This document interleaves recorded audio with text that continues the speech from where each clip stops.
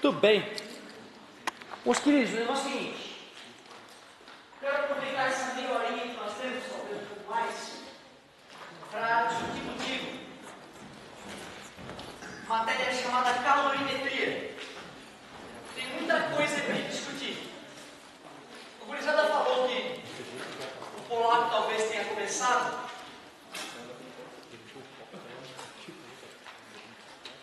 Mas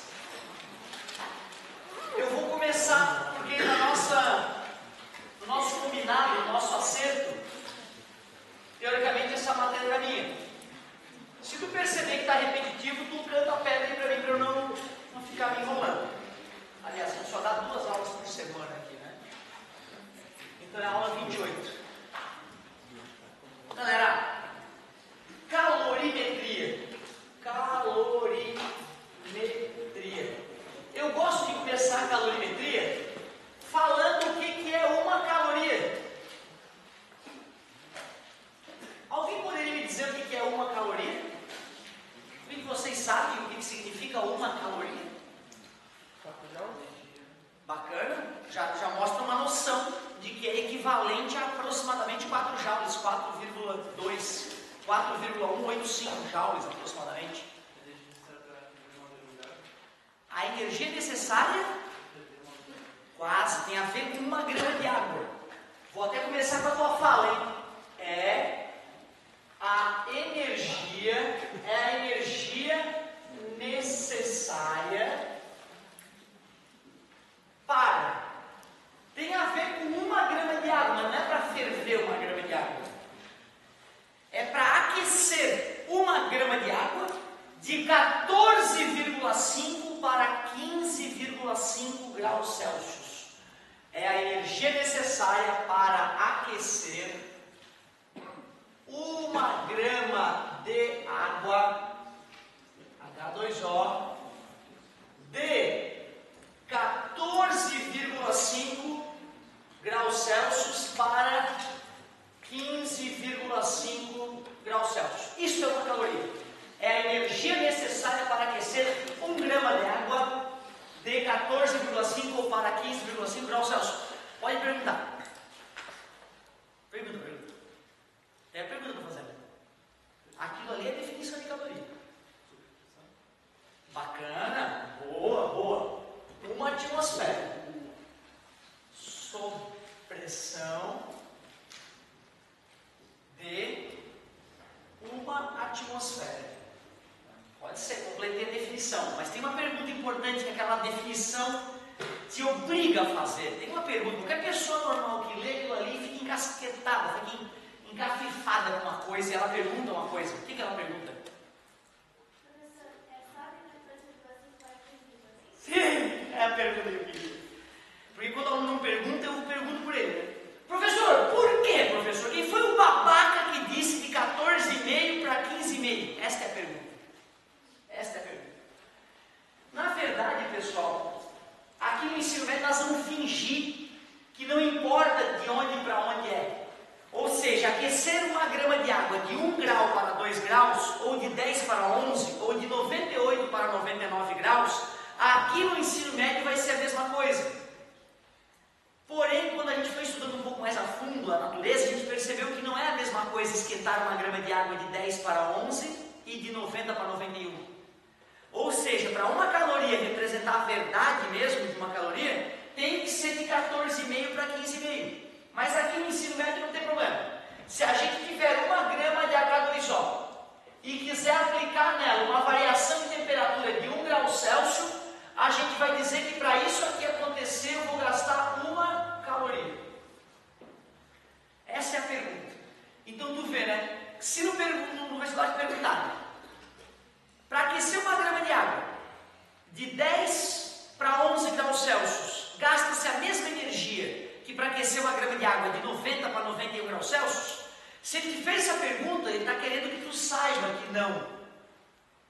Mas, na hora de nós calcularmos, nós vamos ignorar o fato de aquecer água de 1 para 2 graus ser um pouco diferente do que aquecer água de 99 para 100 graus. Então, tu vê, né? Definição de caloria, importante definição de caloria.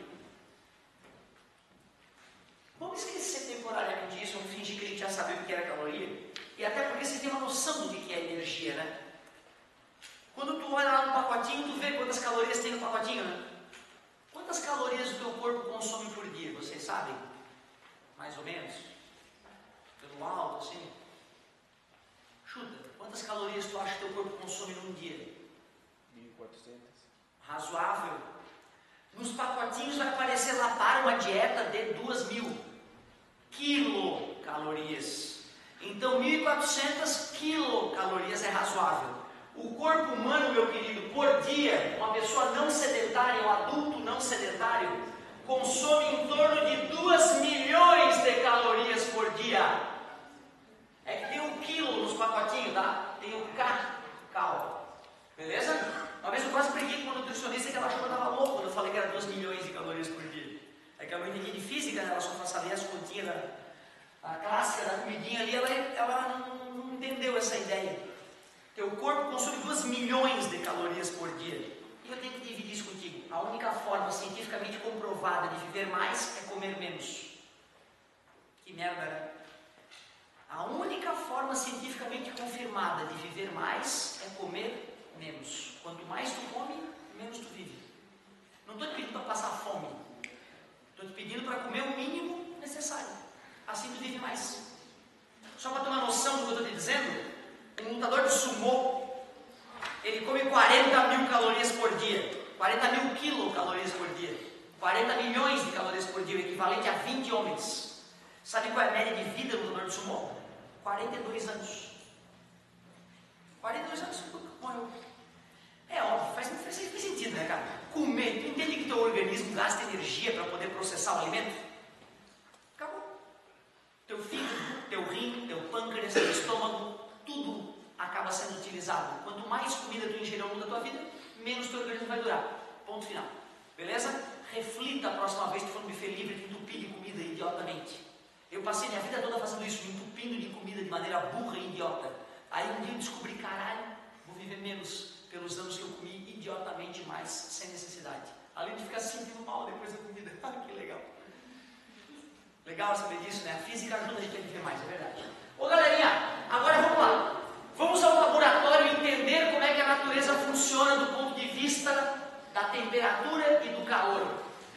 Imaginem vocês que eu tenho um corpo lá, eu queria muito saber como é que esse corpo se comporta tecnicamente. Eu vou usar 2 aparelhos para investigar o comportamento daquele corpo. Eu vou usar um termômetro, que mede temperatura, e vou usar um calorímetro, que mede o quê? Calor. Mede quanta energia um corpo ganha ou perde. Fui para o meu laboratório, joguei com o calorímetro uma quantidade de calor de 100 calorias para esse corpo. E usando um termômetro, medi a temperatura antes e depois. E percebi que a temperatura variou 20 graus Celsius. Experimento 1. Depois eu fui lá e usando o calorímetro, joguei para esse corpo uma quantidade de calor de 200 calorias. Usando o termômetro, qual variação de temperatura tu acha que eu medi? Faz sentido? Faz sentido, 40 calorias.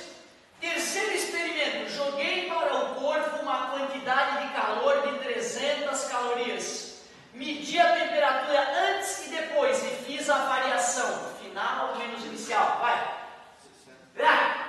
Está se entendendo calorimetria, meu querido? Os corpos se comportam assim quando não mudam de estado físico. Se tu joga uma quantidade de calor para ele sofre uma variação de temperatura. Se tu joga o dobro de calor para o cara, ele sofre o dobro de variação de temperatura. Isto parece uma obviedade para todos nós. E parece uma coisa idiota para uma pessoa normal. Mas não para um gênio da ciência. Um gênio da ciência olha isso, pensa um pouco. Descobri uma coisa nova. Vou chamar essa grandeza física de capacidade térmica. O que é a capacidade térmica de um corpo? Capacidade térmica de um corpo nada mais é que a relação quantidade de calor, variação de temperatura. Isso é uma ideia que revolucionou o estudo da calorimetria. Vamos calcular a capacidade térmica desse corpo só para refletir o que isso significa? Qual dos experimentos tu acha que eu devo usar para calcular a capacidade térmica desse corpo? Qualquer um. Afinal, 100 dividido por 200 por 20 vai dar igual a 200 dividido por 40, que vai dar igual a 300 dividido por 60. Vou usar a experiência vermelhinha. 200 calorias, sofreu uma variação de temperatura de 40 graus Celsius, quer dizer que esse corpo que eu estava estudando no laboratório tem uma capacidade térmica de 5 calorias por grau Celsius. Me ajudem, qual é a interpretação física para esse corpo ter 5 calorias por grau Celsius de capacidade térmica? Para variar, 1 grau são necessárias 2 graus, 20 calorias, tudo bem para vocês? Meio grau, 2,5 calorias. Pi graus, não dá para te fazer de cabeça, joga na fórmula e faz a conta. Ou seja, eu quero que tu entenda o que significa capacidade térmica, mas eu também quero que tu consiga usar aquela formuleta boba para a gente poder resolver situações que de cabeça não dê para resolver. Então tu vê que a ideia de capacidade térmica, nada demais. Capacidade térmica relaciona quanto de calor para variar 1 grau Celsius a temperatura do corpo. Vamos supor que esse corpo é feito de material X. E vamos supor que esse corpo tem uma massa de 10 gramas, esse corpo hipotético que eu trouxe hoje aqui para vocês.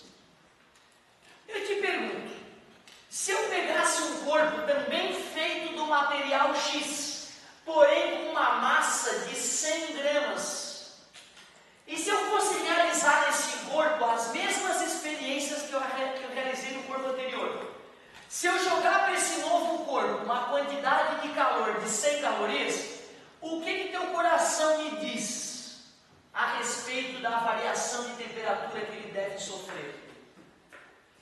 Tu acha que esse corpo vai variar de temperatura mais ou menos do que o corpo anterior? Menos. A galera percebe no dia a dia que quando o corpo é maior, é mais difícil aquecê-lo ou resfriá-lo. Qual tu acha que vai ser a variação de temperatura desse cara? Antes variou quanto? 20, né? Mas o cara tinha só 10 gramas. Agora que o cara tem 10 vezes mais massa, quanto que tu acha que vai ser a variação de temperatura? Boa, 10 vezes menor. Claro que eu estou fazendo um experimento virtual contigo aqui na sala de aula, mas isso é fato no laboratório, tá? Quando tu for fazer física lá, que tu não aguentar mais, porra, me apaixonei pela física, quando tu for para a física, tu vai para o laboratório e tu vai confirmar esses resultados que eu estou mostrando para ti. Claro que no laboratório dá sempre com vírgula demoníaco, né? Aqui no laboratório virtual dá sempre redondo, que delícia. É muito mais gostoso aqui no laboratório virtual. Deixa eu ver se tu está pegando a manhã então. Joguei 200 calorias.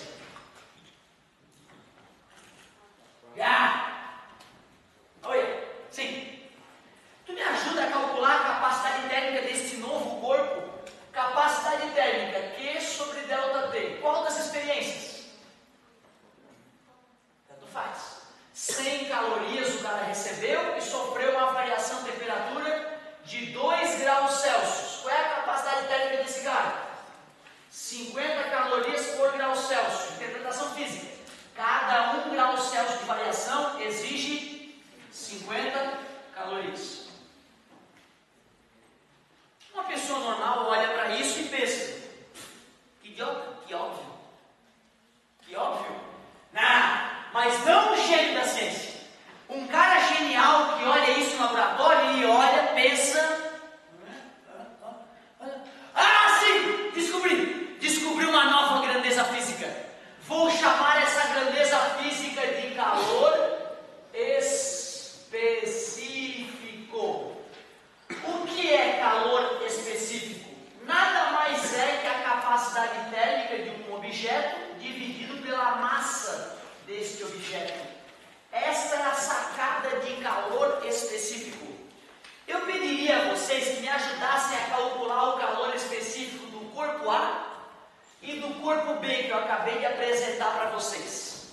Para o corpo A e para o corpo B, me ajudem por obséquio. Czinho é igual. Para o corpo A, qual foi a capacidade térmica do corpo A? 5 calorias por grau Celsius. 5 calorias por grau Celsius. Qual era a massa do corpo A? 10 gramas.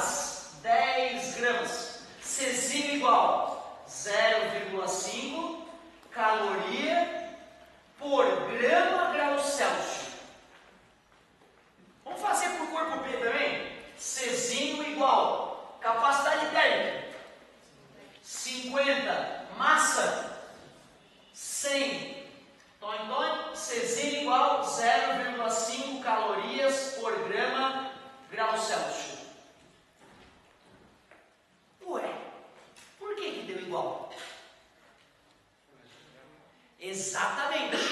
Pelo fato de os caras serem do mesmo material, cada grama deles para variar 1 grau exigia a mesma quantidade de energia. Só por isso que essa coincidência aconteceu. Ou seja, é importante que tu saiba que capacidade térmica é característica de corpo. Cada corpo tem a sua capacidade térmica, mesmo quando feito de materiais iguais. Porém, calor específico não é uma característica de um corpo. Tanto que corpos diferentes tiveram o mesmo calor específico. Calor específico é uma característica de uma substância, de um material. Eu já falei para vocês, eu faço vestibular quase todo ano, para poder dizer que eu sou bom, né? Para poder dizer que não, eu manjo de física e matemática. Tu acredita que o vestibular da UFSC há 2 anos atrás, na questão discursiva, perguntava qual era o calor específico do corpo? Os doutores da UFSC, sim, da Santa Catarina, perguntaram qual era o calor específico do corpo. Eu fui obrigado a ensinar para eles na resposta, né? Caros colegas, existe um erro grave na definição dessa questão. Então eu esculhambei com os caras na questão, mostrando para eles que eles não sabiam perguntar uma coisa básica de física. E respondi, né? Os caras me deram o ponto todo na questão. Eles não me descontaram nada. Ou seja, eles perceberam que eles cometeram um erro grave na prova de física. Um erro básico. Tu vê como a gente tem que ter humildade na física, né? Eu gostaria muito que vocês absorvessem a ideia de capacidade térmica e de calor específico, porque é isso que vai te deixar fera na continuação da matéria. Dizer que esse calor específico era do corpo A é uma afronta. Dizer que esse calor específico era do corpo B é uma afronta, porque esses corpos eram feitos do material X. Então esse calor específico é do material X. Importante ter essa consciência. Aliás, qual é a interpretação física disso mesmo? 0,5 calorias por grama Celsius. Que cada grama, para variar 1 grau, exige meia caloria. Tu vê, cara, quando me ensinaram essa história, me apareceram com uma fórmula totalmente diferente dessas duas aí que eu te apresentei. Deixa eu te mostrar qual é a fórmula que me apresentaram. Só que eu quero te mostrar qual é a origem desta fórmula. Te mostrei a ideia de capacidade térmica e calor específico. E agora, cara, eu vou usar essas duas ideias para criar uma fórmula que é famosíssima no Brasil todo. Então, olha lá, peguei a capacidade térmica, Q sobre ΔT. Está dividindo, passa. Honesto, né? Isso aqui era passar o quê? Peguei a ideia de calor específico, Czão sobre M. Está dividindo, passa. Multiplicando. E eu posso isolar numa e substituir na outra. M vezes C vezes ΔT. Pô, tu apresentar para o jovem a fórmula do Quimacete sem explicar o que é capacidade térmica e calor específico é o assassinato da calorimetria já no começo. A criança está nascendo, já vai nada, nasce morto, nasceu morto. Então cuidado, meus amigos. Essa fórmula conhecida no Brasil todo como Quimacete, ela é, na verdade, a união de duas definições físicas fundamentais na calorimetria: capacidade térmica e calor específico. Bom, essa fórmula é chamada, na verdade, de quantidade de calor sensível. Por quê? Porque ele chora quando vê a novelinha? Não. Ele é sensível porque dá para sentir. Tu concorda que teu corpo sente variações de temperatura? Tu concorda que na fórmula inclui ΔT, variação de temperatura? Então vai dar para sentir com a tua mão esse tipo de calor, porque ele envolve mudança de temperatura. E já que tu consegue senti-lo, a gente chama de sensível. Nada mais justo. Essa fórmula resolve quase todas as encrencas que envolvem aquecimento ou resfriamento dos objetos. Porém, a química já nos mostrou que se eu acompanho a temperatura do objeto enquanto eu jogo calor para ele, tem uma hora que essa fórmula vira lixo. Dá uma olhada. Vou para o laboratório, começo a aquecer um certo objeto e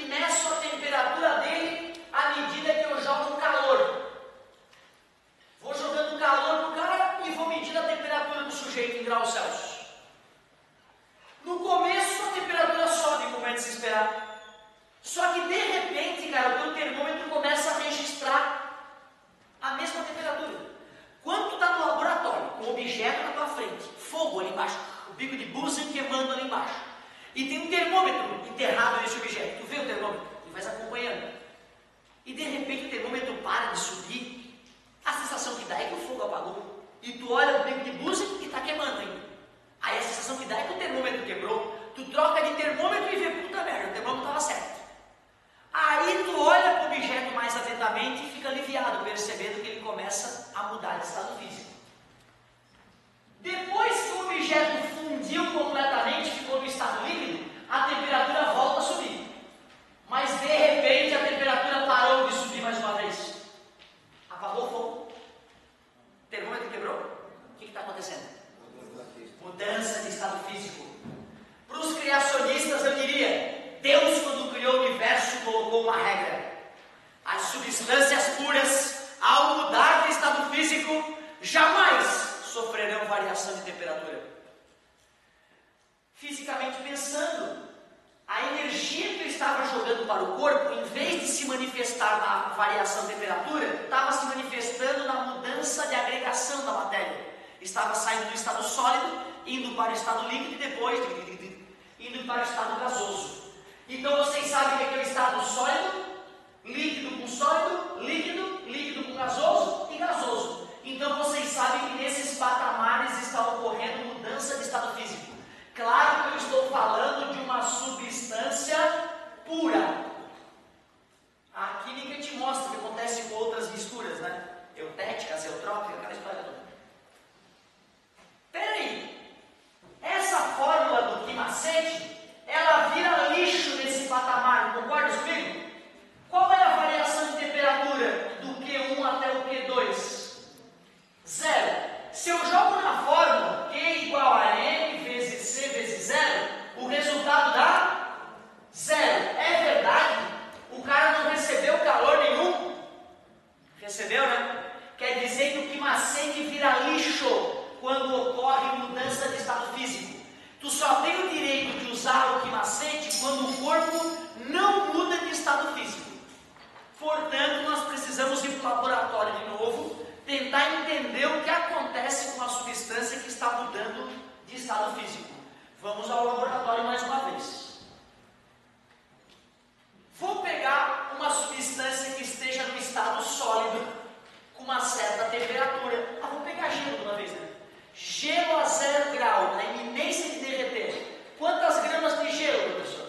Pega 10 gramas de gelo, um pouquinho de gelo pequenininho. Eu vou pegar aquela máquina que mede calor, qual é o nome dela mesmo? O calorímetro. Vou pegar o calorímetro e vou acompanhar quanto de energia eu vou ter que jogar para essa massa de gelo, H2O, para que se transforme em água líquida a 0 grau. Quando eu faço esse experimento, eu percebo que o calorímetro joga para esse corpo 800 calorias para essa transformação ocorrer. Eu te pergunto, se eu estivesse trabalhando com 20 gramas em vez de 10 gramas, quanto de energia eu precisaria?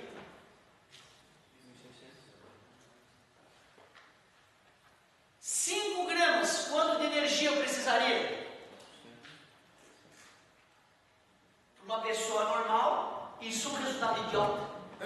Que idiota, professor? Mas não para um gênio. Um gênio olha isso, para, pensa um pouco e...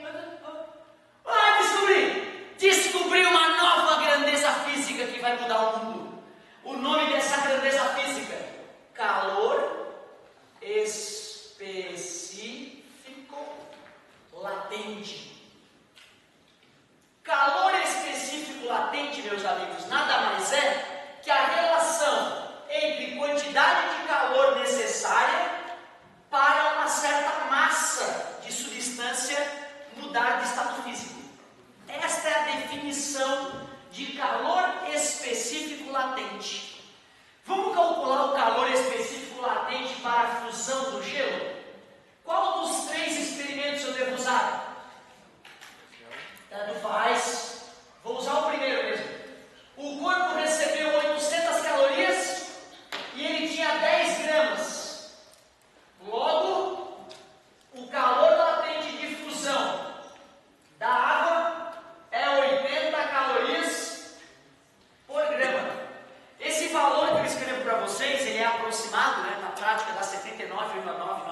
ou 80,0 alguma coisa.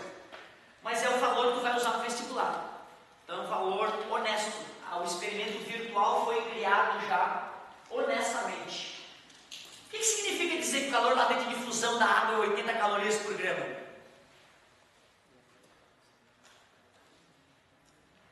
Isso aí. Que para derreter 1 grama de água eu preciso de 80 calorias. Isso de 0 para 0. Observe que não houve mudança de temperatura alguma. Se eu quiser derreter 2 gramas, 160. Meia grama, 40.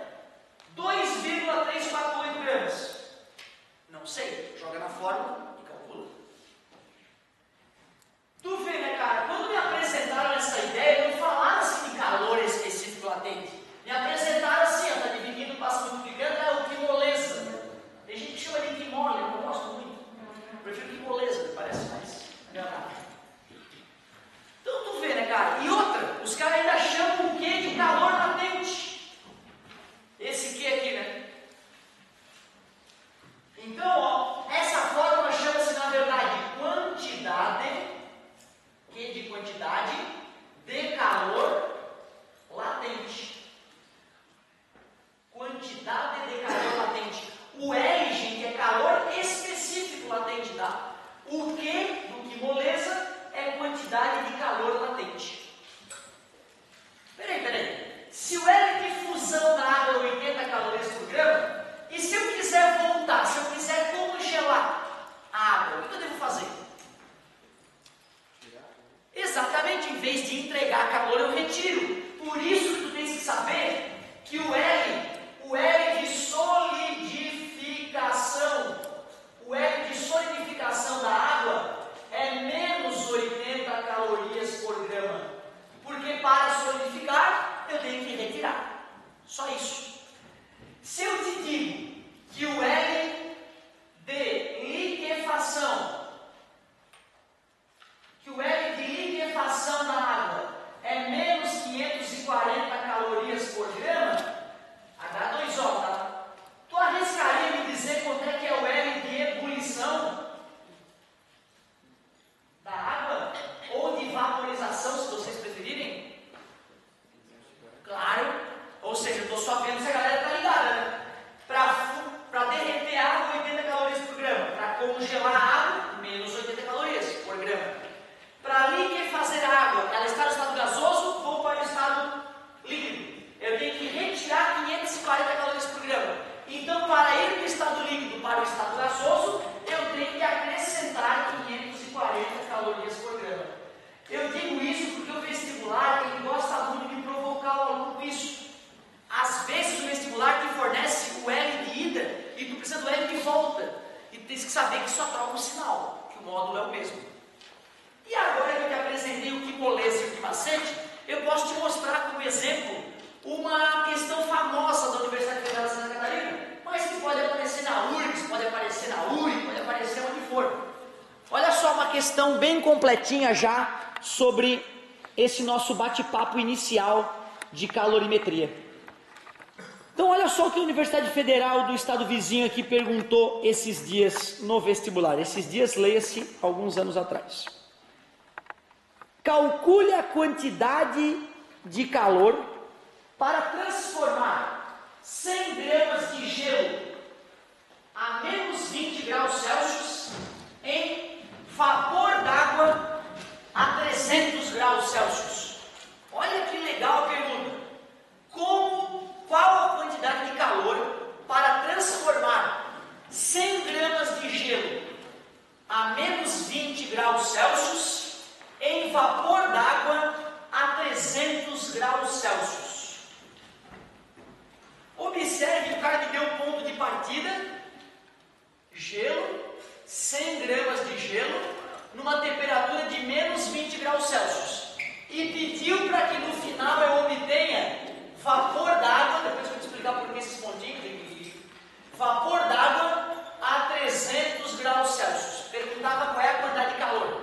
Claro que a questão fornecia o Czinho da água líquida, 1 caloria por grama grau Celsius, a própria definição de caloria. O Czinho do gelo, por grama grau Celsius. O Czinho do vapor d'água, 0,45 calorias por grama grau Celsius. O L de fusão, 80 calorias por grama.